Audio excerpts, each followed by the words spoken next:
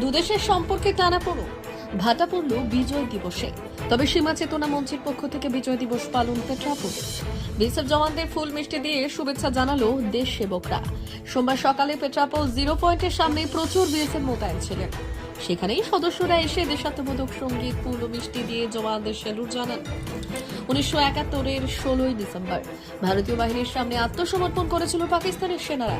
এরপর থেকে প্রতি বছর বিজয় দিবস উপলক্ষে পেট্রাপোল সহ একাধিক সীমান্তে বিএসএফ ও বিজেপির মধ্যে মিষ্টি, ফুল দিয়ে শুভেচ্ছা বিনিময় করে দিনটিকে উদযাপিত করা হয়। বাংলাদেশের যাত্রীরা ফুল হাতে ভারতে আসেন ভারতীয়দের ধন্যবাদ জানাতে। কিন্তু এবারের ছবিটা একদম অন্যরকম। হাসিনা সরকারের পতনের পর থেকে অশান্ত বাংলাদেশ। একাধিক ভারত বিরোধী বক্তব্য শোনা যাচ্ছে সেই দেশের নেতা থেকে শুরু করে প্রাক্তন আর্মি কর্তাদের মুখে। সেই আবহে এবারের বিজয় দিবসে অনেকটাই ম্লান। অনেক বাংলাদেশি ভারতে আসছেন উৎকণ্ঠা, ভয় এবং আতঙ্ক নিয়ে।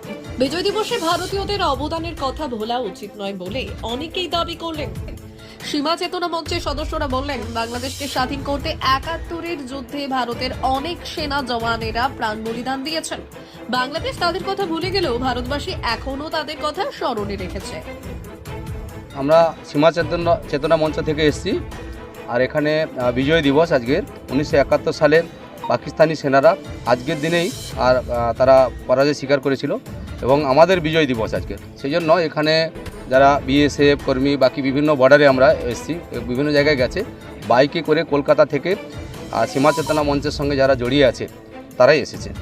আমরা এই বিজয় দিবসকে পালন করছি। এখানে বিজয় দিবসে আমাদের যে সৈনিকরা যে প্রাণ দিয়েছিলেন তাদের উদ্দেশ্যে আমাদের এখানে একটা গীত হলো, আপনারা দেখলেন, এবং আমরা তাদের উদ্দেশ্যেই এনাদেরকে মিঠাই দিতে আসলাম বিএসএফকে।